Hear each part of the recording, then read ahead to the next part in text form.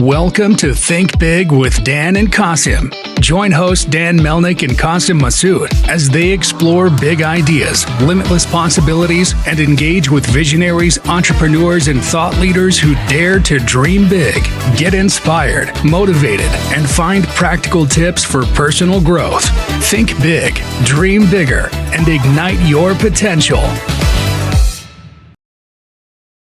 All right, welcome to Think Big with Dan and Qasim, and our guest today is Doug Carter. So, Doug, if you want to go ahead and introduce yourself, tell us where you live and what you do for a living. Sure thing. My name is Doug Carter, and I live here in Dallas, Texas. I run a company by the name of Ironside Human Resources. We're a national healthcare staffing firm. Awesome. So, how did you get the idea to start this company? Oh, really, I never got the idea. I've been in healthcare staffing since 2001, and I was working at a startup company, and this is going back just over 12 years ago, and I got fired, and only time I've ever been fired in my life. And my then girlfriend, now wife, had said, why don't you start this on your own? You've been doing it long enough. And so we started it. And it started out as a lifestyle business. So, can you talk more about, day to day, what you're working on? I think it's interesting now because healthcare staffing is something that got much more recognition in the last 3 years since COVID. So can you just talk more about,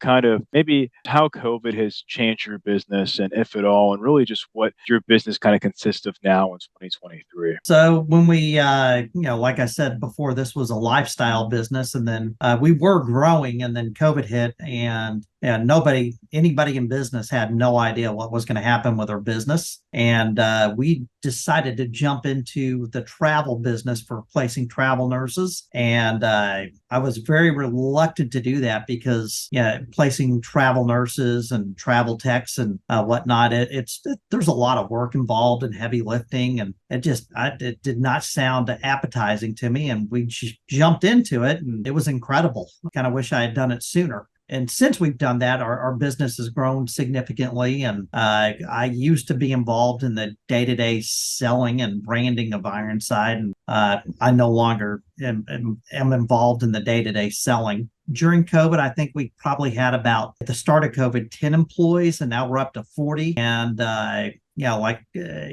that kind of growth, like I said, you can't be involved in the day-to-day selling. It's more coaching and strategic vision and direction of where we're going every day, every week, every month, and for the year. Awesome. So when it comes to staffing travel nurse, I'm very familiar with that. Actually, one of my partners here at our company, Southlake, is he's a former travel nurse, and I myself have rental properties that I rent out to travel nurses. So in terms of working with the travel nurses, are you helping them to with the stipends and rentals, and like what does the whole process look like? And also, I'm curious in terms of where most of your nurses are located. Is it mostly here in Dallas or nationwide? Like, what does that look like? First of all, our nurses are located all over the country, in rural communities, large metropolitan areas, and everything in between. So really just where since COVID has tapered off, that the demand, like it was during COVID, it has definitely declined, and the market has become very competitive for travel nurses. And also the travel nurses, the demand for pay they still have that thirst for that great pay, but it's not there like it was. So there's a lot of competition, educating, and we help as far as when we're placing travel nurses. We help with getting them housing, getting them set up. But our process and what we do, we don't offer stipends and per diems. We just offer a better base pay per hour. And, that's not for every travel nurse out there because it can get confusing, and we work a lot differently than other travel companies. And, some travel nurses are used to getting a stipend or a per diem, some other tax-free benefits. And we like to offer more pay and keep it pretty clean and simple to process. That makes sense. That's funny because, Effie, who's one of our partners, and he always told me, it's like, that he likes to have like the higher tax-free, lower salary. But it's to your point, it gets like, to me, as an outsider who's not in the business, it's very, very confusing. And I think what you're doing and simplifying, that's the correct way, because I think people just get way too confused about what's what, and like, especially for people who are just starting out. Yeah, it really is. And as far as our processes go, we we don't have to hire extra internal people to keep track of the per diems and how they're paid, because that takes support staff. And then, as you have that support staff, you have to bill your clients more money. So we try to keep it streamlined and simple. And, on top of paying our candidates more, we try to bill our clients less money because we're operating on a lean, mean staff. So in terms of running this business, obviously, as you mentioned, right, that there's just not as much demand for travel nursing as it was with COVID. So how are you able to, I guess, is it easier now to fill roles, or what does that look like just compared to just a few years ago? So we've always been in the permanent placement business. That's where we got our start. And it was mostly just rural healthcare. And as the COVID demand declined for travel nurses, we started finding our, going back to our route of permanent placement. During COVID, our permanent placement business was probably 30%, and 70% of the people we were placing were travelers, whereas now 40% of the people we're placing are travelers and 60% is permanent. So it's kind of balanced out. And we've, there's the recurring revenue for travel is incredibly awesome, but the margins on permanent placement are a lot better. There's a lot less work involved and a lot less overhead, and it actually saves the hospitals a ton of money. So, as the travel nursing industry has gotten more competitive, pay's gone down, some of those nurses are looking for stability now, and we sell them on stability. So we kind of were competing against ourselves in nature, because we do both travel and permanent, and we really try to do what's best for the client. If they have that need for a traveler and it's a true need, as opposed to we've been doing this forever, this is how it is, or we got used to having travelers during COVID. We actually try to coach our hospitals out of doing travel because it's not a sustainable model for staffing. Sure. Yeah. I mean, I guess just, obviously, and that's so true. I think that more people are going more towards permanent as opposed to traveling since COVID. But do you think that travel nursing is going to go away anytime soon, or do you think it's always going to be high demand? It'll always be there. There's companies out there, I won't mention them by name, but they're some of the largest. There's one company out there that all they do is travel, and they're close to being an $11 billion company just doing travel. It's always going to be there. So, we as a company just want a bigger piece of the pie.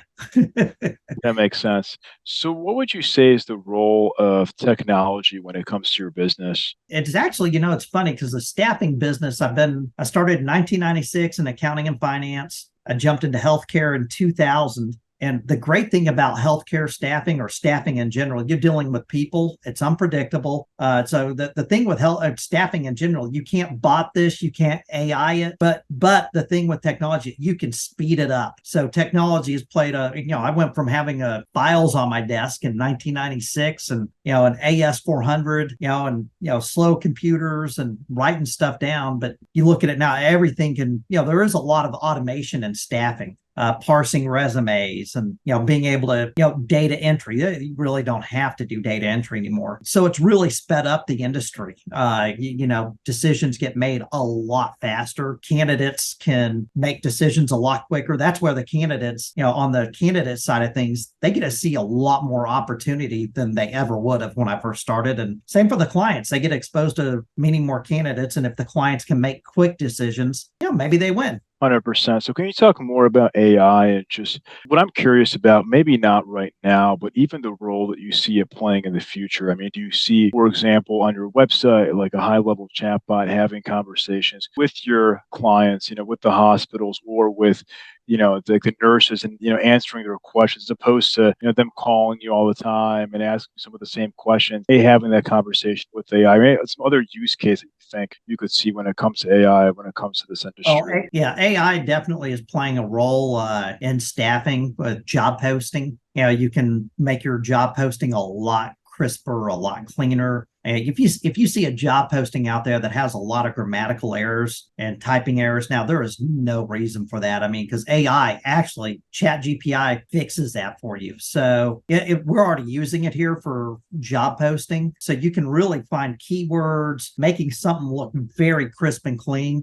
Most of my recruiters do use that. Now, as far as having AI talk with somebody on the back end, yes, that is already happening in our industry. I'm kind of on the fence with this one because it's a people business. You need to connect, but AI can play a role on your website and where to direct somebody. Somebody has to turn in a time card. How do you do that? Who do I need to talk to? Your clients want to pay a bill or they need to talk about a bill or something of that nature. AI can definitely direct folks where to go. So it is playing a role. I'm probably going to be a late adopter in some of these areas, but people are adopting it. And, if you find a way that you can use it in a meaningful way for your clients and candidates, then it's going to be very meaningful. 100%. No, I mean, exactly to your point. It's interesting. I think a lot of I don't think AI is going to be taking away jobs, but I think it'll just make people's lives easier as opposed to if somebody's a recruiter, they're not going to have to answer the phone for these same sort of basic questions. They can say, oh,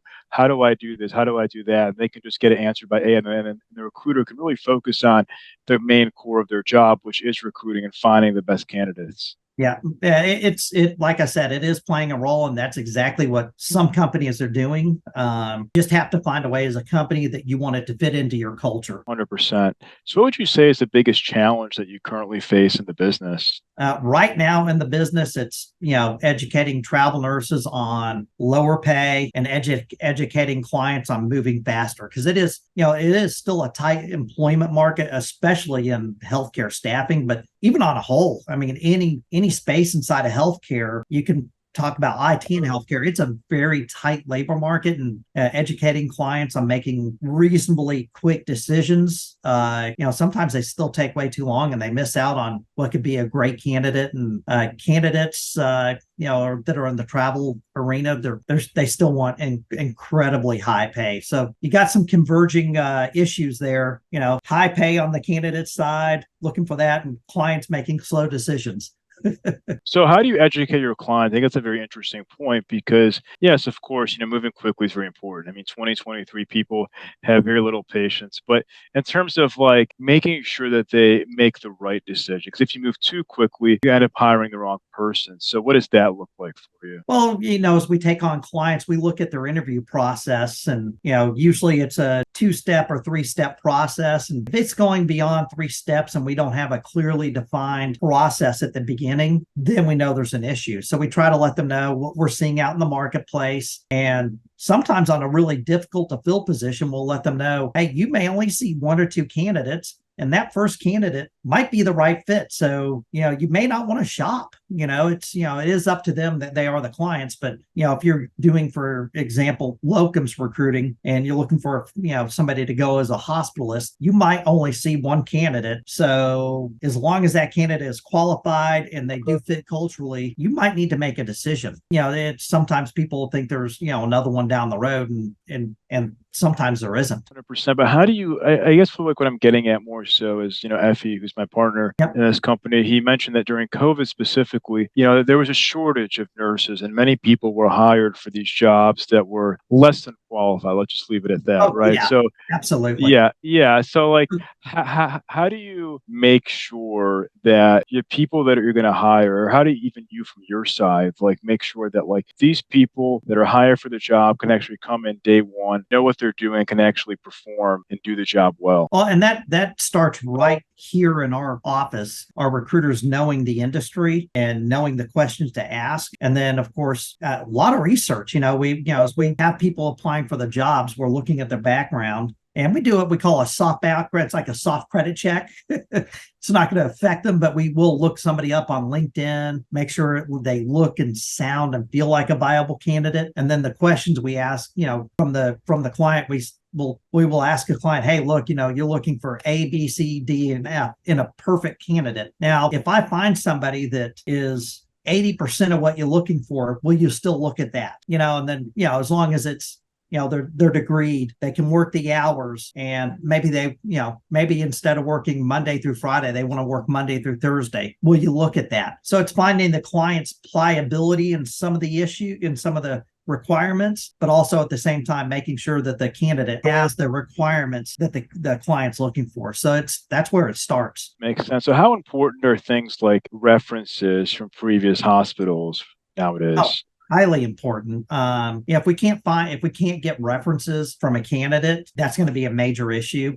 Most of our travelers come, the ones that are in good standing, they know what they're doing. They have a package together. They usually have a credentialing package already put together, references, and they are ready to go. Now, somebody that's new to traveling, they may not have that. And it takes a little bit longer to get them set up to go. But most of our candidates out there, they're prepackaged and ready to go. And there's not a whole lot for us to do until they sign the paperwork. And we still, once they've signed and accepted, we run background checks and, do the references once an offer's been made. But that usually moves pretty quick. Makes sense. So what would you say is the top priority right now for the company in the next 3 to 6 months? Well, internal growth, actually. The demand for healthcare staffing is still out there, and we're a smaller player in healthcare staffing. We've been around for 12 years, but we really didn't start growing until 2017. We're smaller in the healthcare staffing world. So internal growth and hiring people to meet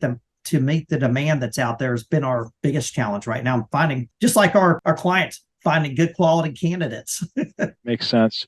So what would you say is the one biggest piece of advice that you wish you knew before you started this company? Oh man, there's several. As you grow, the culture, the biggest thing is you grow a company, the culture of the company is going to change. So as we went from, lifestyle business to small, a small locker room type business, where everybody, I would say when we were small, it was like a family. And, I don't like to use that term anymore because, as you grow, you're not going to fire your family. You don't fire family. So the first initial people that were with me, I would say that was true, but, my family isn't going to quit on me and I'm not going to fire them. And as you grow, that's going to, unfortunately, it's going to happen. People will leave and you will have to fire people, and that's part of the business. So that part was something, I knew would happen, but as you grow, it happens a lot more and it's mentally taxing. 100%. So it gets true. It's difficult. It's like we try to have a quote family environment, but to your point, it's something that,